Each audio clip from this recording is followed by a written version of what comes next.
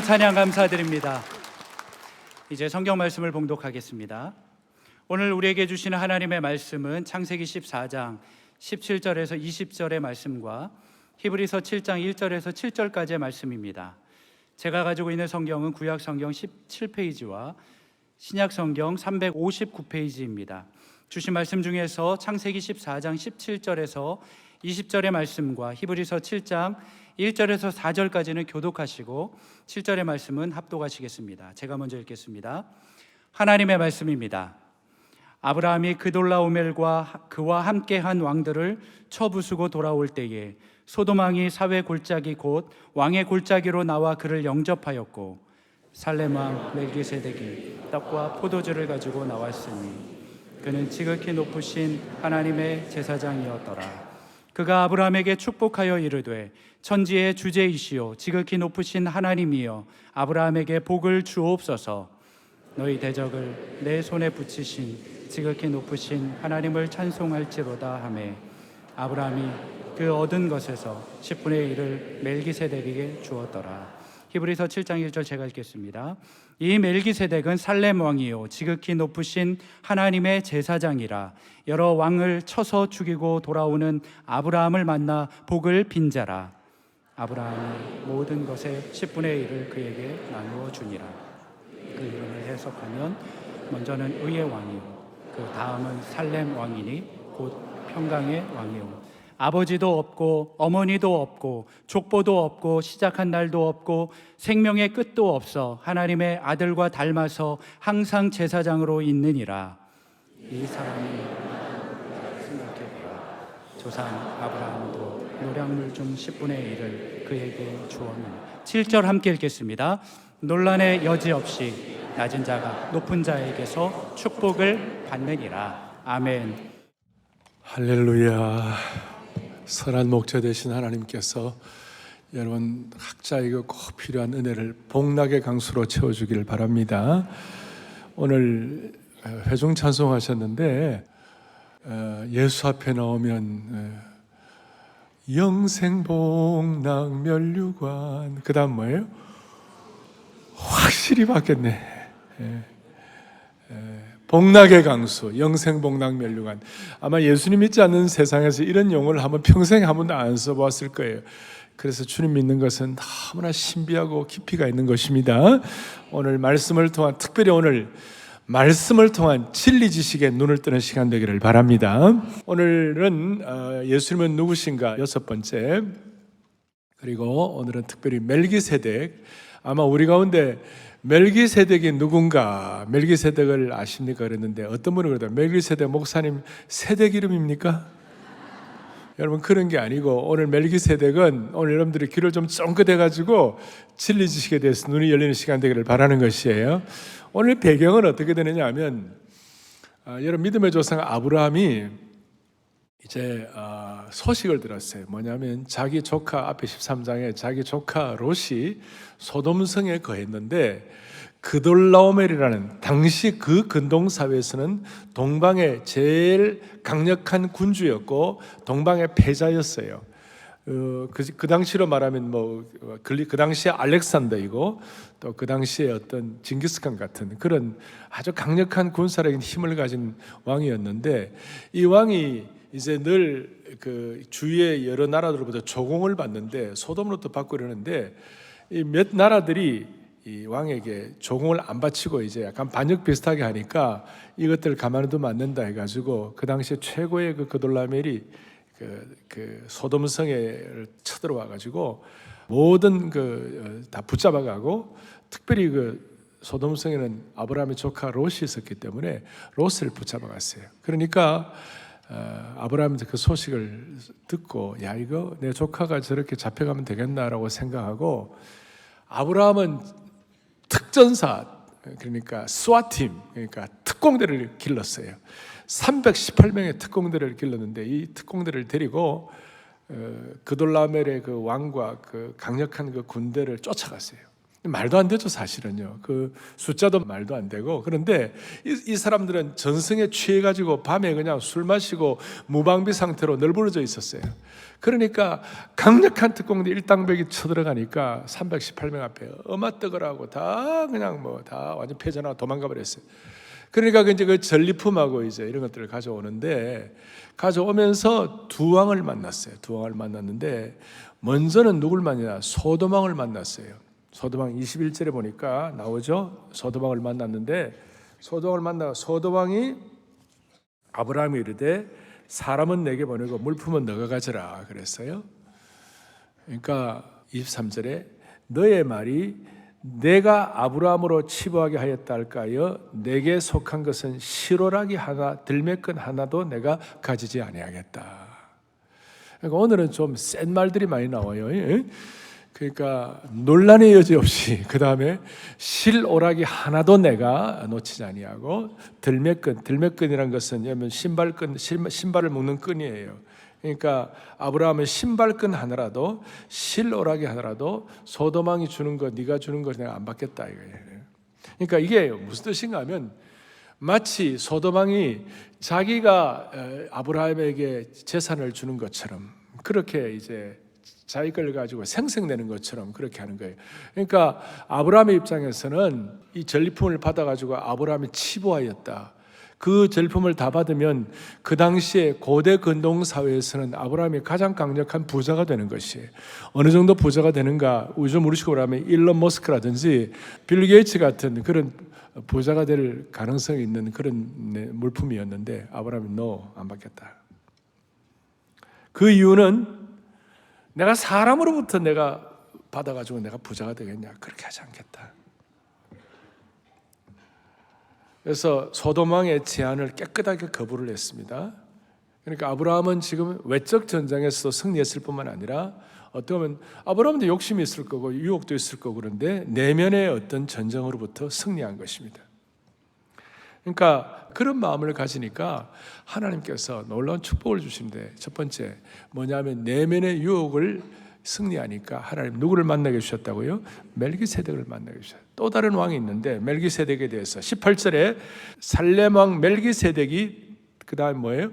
떡과 포도주를 가지고 나왔으니 그는 지극히 높으신 하나님의 뭐였다고요? 제사장이었더라. 이제 이게 지극히 높으신 하나님의 제사장이었더라. 그러니까 멜기세덱은 무례한 예의가 없는 어떻게 보면 좀 저열한 그런 소돔왕과는 완전히 다르게 지극히 높으신 하나님의 제사장으로서 완전히 아브라함에 대해서 정말 따뜻한 태도를 가지고 전정으로 수고한 아브라함에게 떡과 포도주를 가지고 나왔습니다. 그리고 이 멜기세덱은 우리 모든 신학자들이 신비한 인물인데 구약에서 예수님을 예표하는 또 하나의 인물이다 이렇게 평가를 하고 있습니다. 그리고 멜기세덱을 대부분 여러분 잘 모르신다고 그랬잖아요. 잘 모르시는데 성경에 3번 나옵니다. 오늘 창세기 14장이 나오고 그 다음에 다윗이 시편 110편에서 또 나오고 그 다음에 구약을 해석한 신약의 히브리서가 있는데 히브리서 5장, 6장, 7장에 걸쳐서 아주 다양하게 나오면서 우리에게 멜기세덱이 어떤 분인가를 말씀하고 있습니다. 자세히 나오는데도 우리가 잘 모르는 경우가 많은데 히브리서에서 멜기세덱에 대해서 어떻게 제대로 표현하고 있느냐 여러분들이 아까 봉독했습니다마는 히브리서 7장 1절부터 3절까지 우리가 한 절 한 절을 보면서 오늘 아브라함 창세기 14장 이 사건이 히브리서 기자가 어떤 식으로 해석을 하는지 같이 한번 살펴보도록 하겠습니다. 히브리서 7장 1절을 다 같이 봅니다. 이 멜기세덱은 살렘 왕이요 지극히 높으신 하나님의 제사장이라 여러 왕을 쳐서 죽이고 돌아오는 아브라함을 만나 복을 빈지라. 이제 이해가 되시죠? 요거. 그 다음 2절 보겠습니다. 계속 아브라함이 모든 것의 10분의 1을 그에게 나누어 주니라. 그 다음 그 이름을 해석하면 먼저는 의의 왕이요 그 다음은 살렘 왕이니 곧 평강의 왕이요. 그리고 좀 더 자세하게 멜기세덱의 설명하는 게 있는데 3절에서 확실하게 설명을 크게 보겠습니다. 아버지도 없고 어머니도 없고 족보도 없고 시작한 날도 없고 생명의 끝도 없어 하나님의 아들과 닮아서 항상 제사장으로 있느니라. 아멘. 자, 이 멜기세덱에 대해서 3절에서는 설명하는 것이 누구에게 설명하냐면 멜기세덱에 대한 설명이에요. 그는 뭐가 없고요, 아버지도 없고, 그 다음 뭐예요, 어머니도 없고, 그 다음 또 보니까 족보도 없고, 시작한 날도 없고, 생명의 끝도 없어 하나님의 아들과 닮아서 항상 뭐로 있다고요? 제사장으로 있느니라.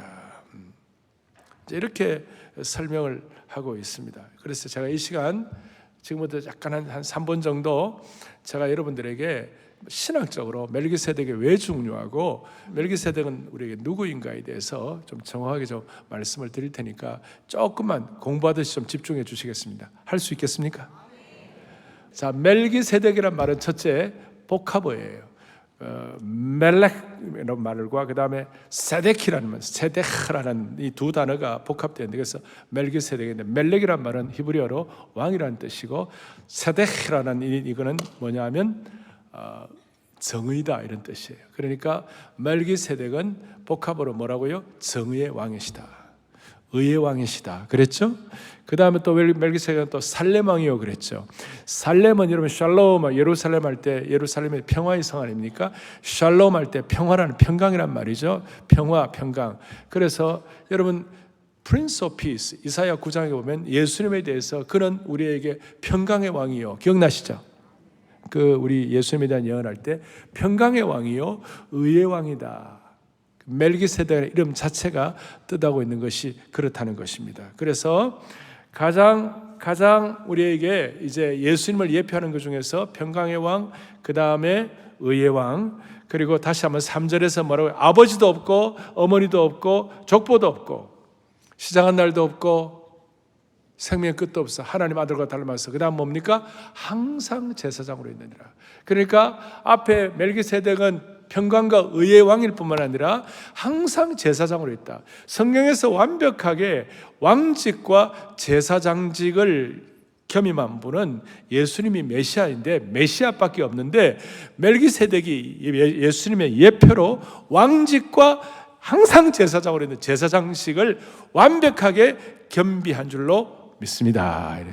자, 멜기세덱의 뜻, 그다음 멜기세덱이 가진 그 역할 두가, 왕직과 제사장은 바로 예수님을 예표하는 것이다. 여기에 대해서 다윗이 깨닫고, 여러분 다윗도 예수님의 예표라고 그랬는데, 다윗에 대해서 사도행전 2장에 보면 베드로가 다윗에 대한 설교할 때 그는 선지자 중에 하나라고 그랬어요.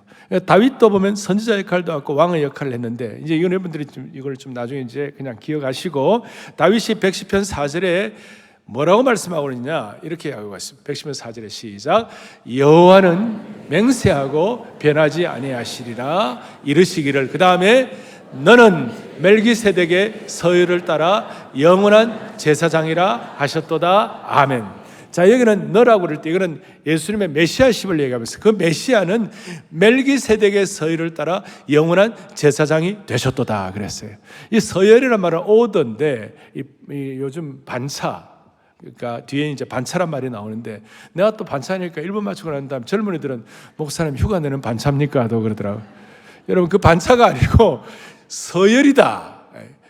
서열이다. 뭐 크게 보면 족보도 이런 것 포함되는 다 되는 건데요. 그러니까 메시아가 멜기세덱의 반열에서 제사장으로 온다는 뜻인 거예요. 무슨 말인가 하면, 여러분 율법에서는 제사장이 되려면 어떻게 하면 될 수 있죠? 좀 신경 좀 써야 됩니다. 율법에서는 누가 제사장이 되는 겁니까? 자, 어느 지파에서 제사장이 됩니까? 사랑의 교회 성도들은 다 아시죠? 자, 누가요? 레위 지파에서 제사장이 나오고, 대제사장은 레위 지파 가운데 아론의 자손들이 대제사장이 되는 거예요. 그 율법이에요. 그런데 여러분 오늘 멜기세덱은 아브라함 시대니까 그 레위 지파보다 훨씬 윗세대예요. 이해가 됩니까? 아브라함 시대니까. 그러니까 예수님은 레위 지파입니까? 유다 지파입니까? 예수님은 유다 지파예요. 근데 유다 지파인 예수님이 영원한 대제사장이 되시고 영원한 제사장이 되셨다는 건 여기에 특별한 구약의 예수님의 메시아됨에 대한 예언을 하고 있는 것이에요. 조금 이해가 가십니까 이제? 다 이해 못해도 괜찮아요. 그 다음 내가 설명을 드릴 테니까. 그러니까 이 말씀을 히브리서 기자가 완전히 이해를 해가지고 우리보다 더 많이 완벽하게 이해해가지고 히브리서 6장 20절에 놀라운 말씀을 하고 있어요. 다 같이 함께요. 예수께서 멜기세덱의 반차를 따라 영원한 대제사장이 되어 우리를 위하여 돌아가셨느니라. 아멘. 그리고 히브리서 7장 3절 아까 얘기한 대로 아버지도 없고 어머니도 없고 특별히 뭐가 없다고요? 족보가 없다. 창세기는 주요 인물들에 대한 내용들 누구를 낳고 자세히 나오지만 이 멜기세덱에 대해서 언급하면서 족보를 기록하지 않는 것은 특별한 의미가 있다는 것입니다. 여기에 이제 무슨 뜻이 있는가? 이제부터 중요합니다. 멜기세덱에 대해서 족보를 누락시킨 것은 거기에 예수 그리스도에 대한 섭리적인 의도성을 보여주고 있어요.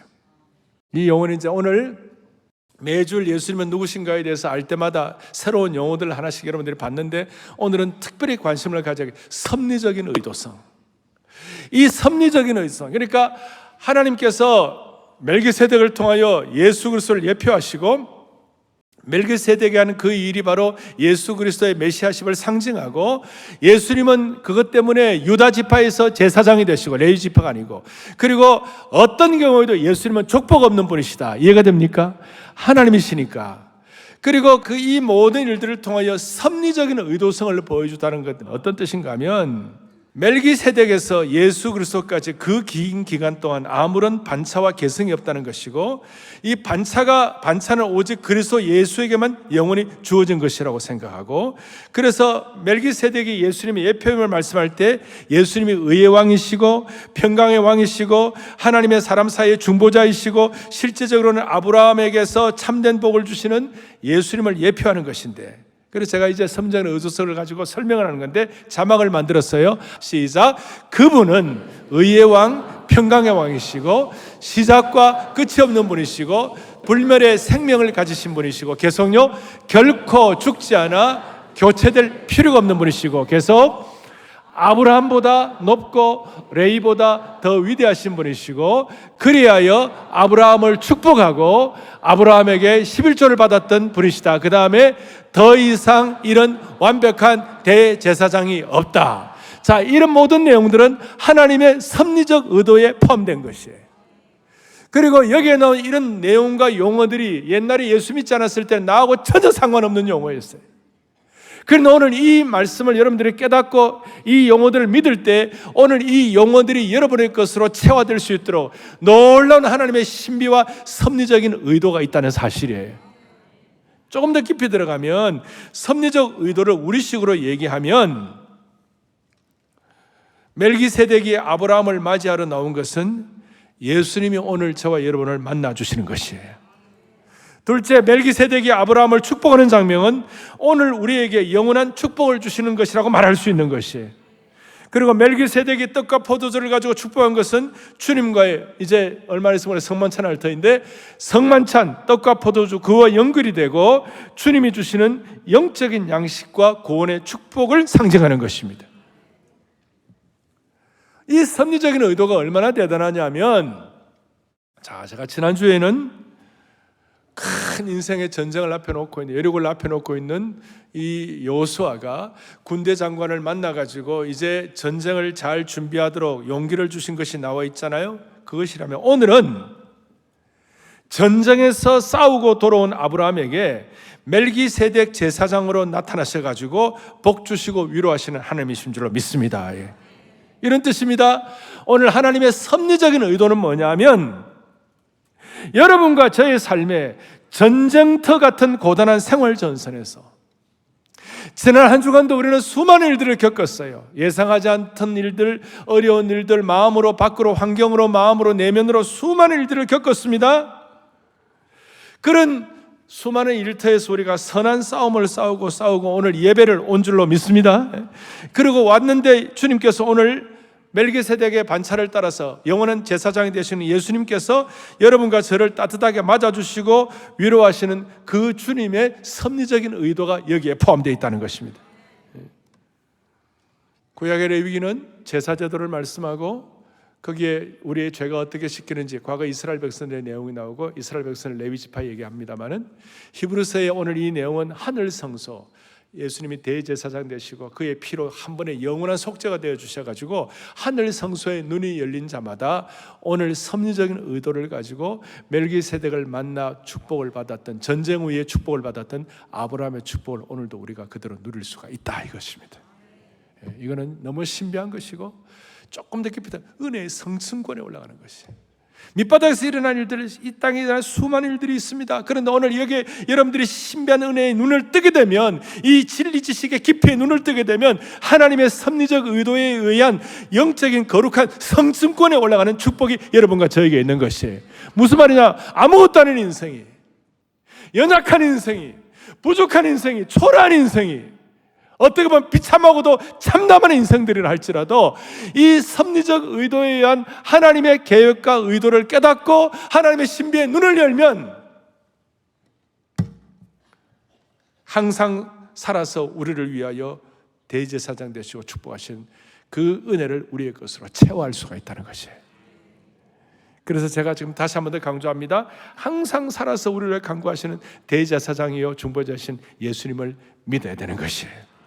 그래서 오늘 히브리서 7장 본문의 마무리 뒤에 7장 25절에 제가 시간이 없어서 다 못하지만 7장 25절에 또박또박 결론 부분에 시작. 그러므로 자기를 힘입어 하나님께 나아가는 자들을 온전히 구하실 수 있으니 이는 그가 항상 살아계셔서 그들을 위하여 간구하심이라. 아멘. 잘 보세요. 그러므로라는 말이 너무 중요합니다. 이 모든 것을 몽땅 모은 것. 또 하나는 그가 항상 살아계셔서 우리를 위하여 간구해 주시느니라. 무슨 말이냐? 여기 온전한 구원이란 말이 나오고 온전한 제사란 말이 나오는데 구약의 레위 지파와 이스라엘 백성들은 단편적으로 파편적으로 일부 부분적인 구원이었어요. 그런데 우리는 오늘 시대에 완전한 대제사장 되시는 예수 그리스도의 보혈의 피로 말미암아 우리는 항상 살아계신 그분의 능력을 통하여 이르는 온전한 제사를 주님 앞에 올려드릴 수가 있는 것이에요. 자, 그러므로라는 단어와 이 종합적으로 또 하나는 항상 살아계셔서, 항상 살아계셔서라는 이 단어가 얼마나 박진감 있고 얼마나 역동적인지 몰라요. 여러분을 항상 살아계셔서 은혜 주시는 하나님의 은혜를, 이 신비함을 저와 여러분이 깨닫기를 바라는 것이에요. 이걸 깨달으면 이 땅에 살면서도 하늘의 부여와 능력의 눈이 열리게 되는 겁니다. 그리고 항상 살아계셔서 이 예배를 받으시는 주님을 찬양하는 것입니다. 우리가 숨쉬고 호흡하고 생명을 유지하고 오늘 이와 같이 예배를 드리는 것은 주님이 항상 살아계셔서 우리 예배를 받으시는 분이기 때문에 그렇다는 것입니다. 항상 살아계셔서 어떻게 하냐? 두 가지, 영원한 구원을 주시고 영원한 중보를 하게 되는 거예요. 그러니까 살아계신 주님은 우리에게 완벽한 구원의 표상이 되시고 또 하나는 오늘도 우리를 위하여 기도해 주시는 분이시에요. 중보기도 해주십니다. 읽겠습니다. 영원한 구원과 영원한 중보는 멜기세덱의 반차를 따라 대제사장이신 예수님께 나아가는 주님의 모든 백성을 위하여 예비된 것이다. 아멘. 아멘. 이걸 깨닫는 사람들은 히브리서 4장 14절부터 16절, 옛날에 신앙의 선배들도 얼마나 어려웠고 문제가 많았어도 이 내용을 가지고 늘 기뻐하고 감사하고 그래도 실패하지 않는 삶을 살아가게 된 거예요. 히브리서 4장 14절부터 16절까지 너무 소중한 말씀인데 우리 크게 선포하겠습니다. 14절 함께 선포합니다. 그러므로 우리에게 성천하시니 곧 하나님의 아들 예수시라. 우리가 믿는 도리를 굳게 잡을지어다. 아멘. 예수님을 통하여, 큰 대제사장 되시는 예수님을 통하여 여러분 믿는 도리를 굳게 잡기를 바랍니다. 하나님의 섭리적 의도를 깨닫기를 바랍니다. 은혜의 성층권에 올라가야 합니다. 15절 16절 보겠습니다. 우리에게 있는 대제사장은 우리의 연약함을 동정하지 못하실 리가 아니시요 모든 일에 우리와 똑같이 시험을 받으시니로되 죄는 없으시니라. 무슨 말입니까? 먼저 우리가 축복받는 것은 주님은 우리의 연약함을 다 알고 계신다 이거예요. 16절 다 같이 보면 그런 은혜 때문에, 그러므로 또 나옵니다. 시작. 그러므로 우리는 긍휼하심을 받고 때를 따라 돕는 은혜를 얻기 위하여 은혜의 보좌 앞에 담대히 나아갈 것이니라. 아멘. 아멘. 아멘. 어떤 환경과 경우, 어떤 상황에 있다 할지라도 때를 따라 돕는 은혜의 보좌 앞에 나가는 것이 하나님이 우리를 향한 섭리적 의도라는 것이에요. 이런 뜻입니다. 가정에 무거운 짐을 지고 고통하고 괴로워하는 어머님들의 모든 탄식을 들어주시는 하나님이시라는 것이에요. 압제받는 자들의 모든 슬픈 하소연을 들어주시는 대제사장이시라는 거예요. 괴로움 가운데 있는 모든 자들의 신음소리를 새겨 들으시는 멜기세덱이신 거예요.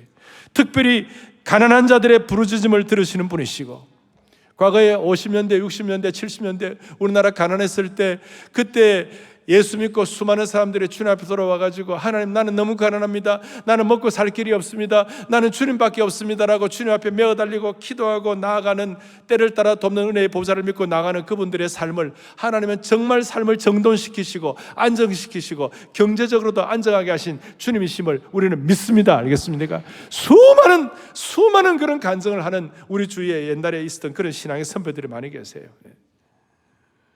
그분은 마음이 상한 자들의 모든 슬픔을 들어주시는 멜기세덱이에요. 이 모든 것들은 그분 자신이 제물되어 하늘 성소에서 온전한 희생 제물로 올려드린 그 대제사장적 사역에 근거하여 받은 은혜라고 믿어야 되는 것이에요. 따라서 우리는 때를 따라 돕는 은혜를 주시는 주님 앞에 나아가는 하나님의 거룩한 섭리적 의도를 우리가 깨달은 주의 백성들이 되기를 바라는 겁니다. 특별히 우리의 영원한 대제사장이신 예수님은 어느 정도 수준까지 우리를 섭리적 의도로 도우시는가? 히브리서 5장 2절, 바로 이어서 히브리서 5장 2절에 다 같이 봅니다. 그가 무식하고 미혹된 자를 능히 용납할 수 있는 것은 자기도 연약에 휩싸여 있습니다. 놀라운 말씀이에요. 저는 성경에 이런 내용이 있다는 것 자체가 너무 축복이라고 생각해요. 여러분, 그가 어떤 사람, 첫 번째 어떤 사람이에요? 무식한 사람들, 진리 지식도 없는 사람들, 또 날마다 실패하고 미혹된 자들, 그들조차도 이 하나님의 섭리적 의도에 눈을 뜨고 대제사장 되시는 멜기세덱 되시는 그분 앞에 나오기만 하면, 때를 따라 돕는 은혜의 보좌에 나오기만 하면 하나님이 베풀 만한 자비를 베풀어 주시는 것이에요. 미혹된 자들, 무식한 자들을 용납한다는 어떤 뜻입니까? 그는 부족한 사람도, 공고한 사람도, 참담한 사람도, 또 연약한 사람도, 또 위대한 사람도, 선한 사람도, 유혹에 빠진 사람들도, 고통의 중에 있는 사람들도 다 예외 없이 맞춤형 은혜로 다 도와주신다는 것이에요. 나이가 들고 초라하고 나이 늙고 연약하고 병들고 참혹하고 치매 때문에 고통당하고 가족들이 고통당하고 이런 상황에 아무것도 할 수 없는 그런, 어떨 때는 정말 벌레 같은 상황이 된다 할지라도 그 순간 우리는 하나님의 섭리적 의도에 눈을 뜨면 우리는 다 알 수 없지만 은혜의 보좌 앞에 나갈 때 하나님 베풀어 주실 만한 은혜가 있다는 것이에요. 그리고 더 중요한 것은 히브리서 5장 5절 6절에 바로 이어서 5장 5절 6절 크게 여러분 선포합니다. 그대로 됩니다. 5절 함께요. 또한 이와 같이 그리스도께서 대제사장 되심도 스스로 영광을 취하심이 아니요 오직 말씀하시니야 그에게 이르시되 너는 내 아들이니 내가 오늘 너를 낳았다 하셨고, 6절 다 함께 아멘.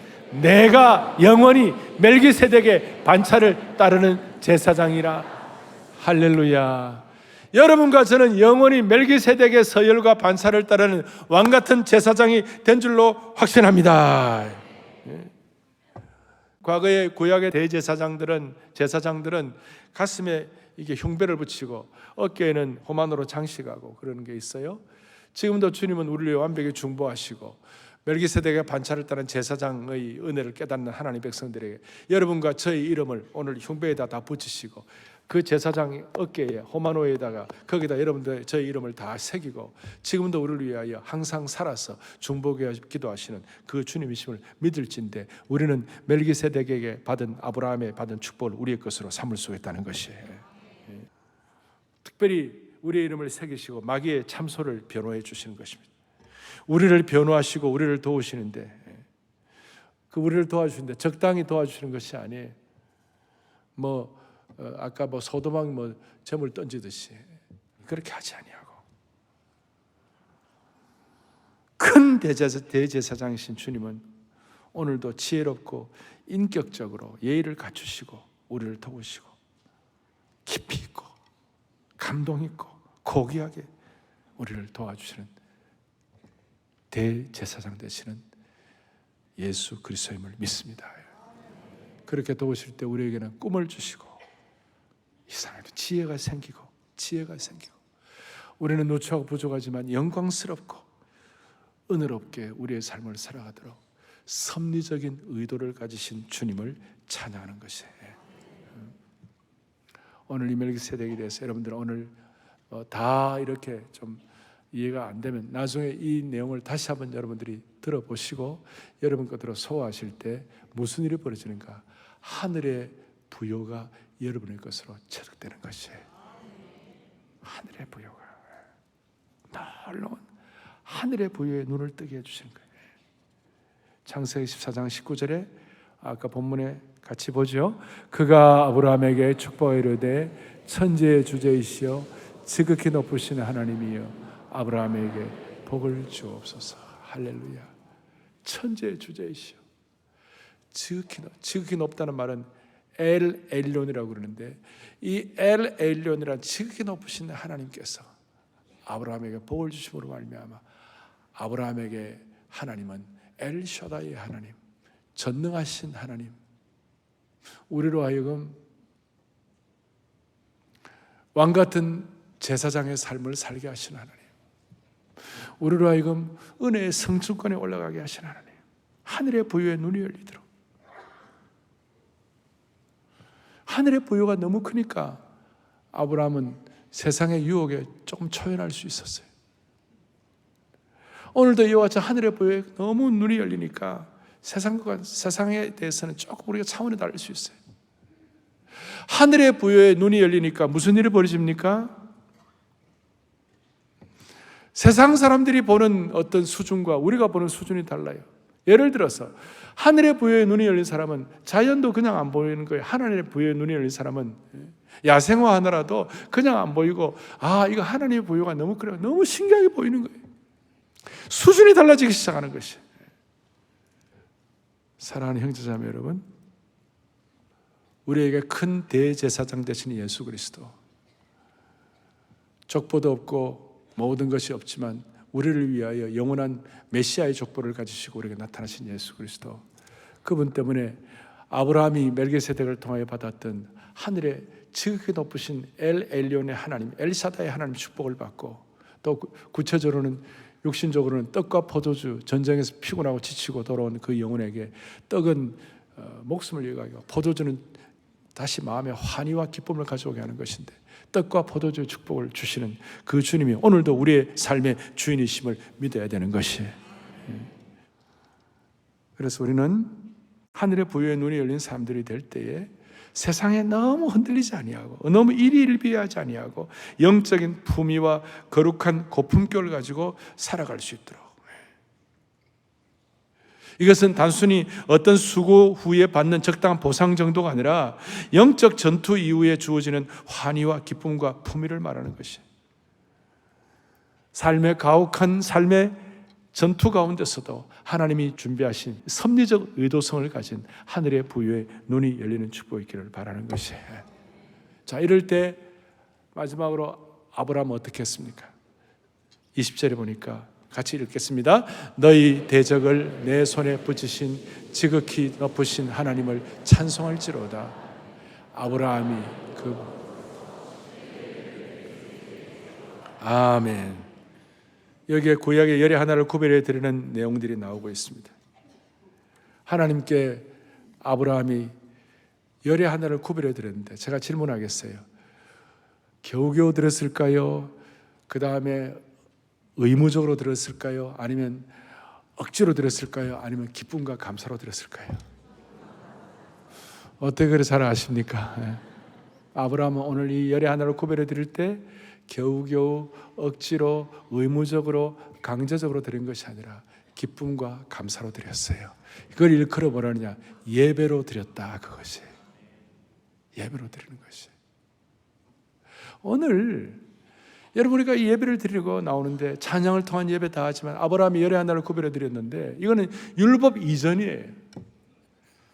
이걸 여러분들이 열의 하나로 하나님 앞에 예배로 드릴 때에, 기쁨과 감사로 드릴 때 하늘의 부요가 여러분 것으로 채워지는 것이에요. 너무나 이거는 완전히 다른 차원이에요.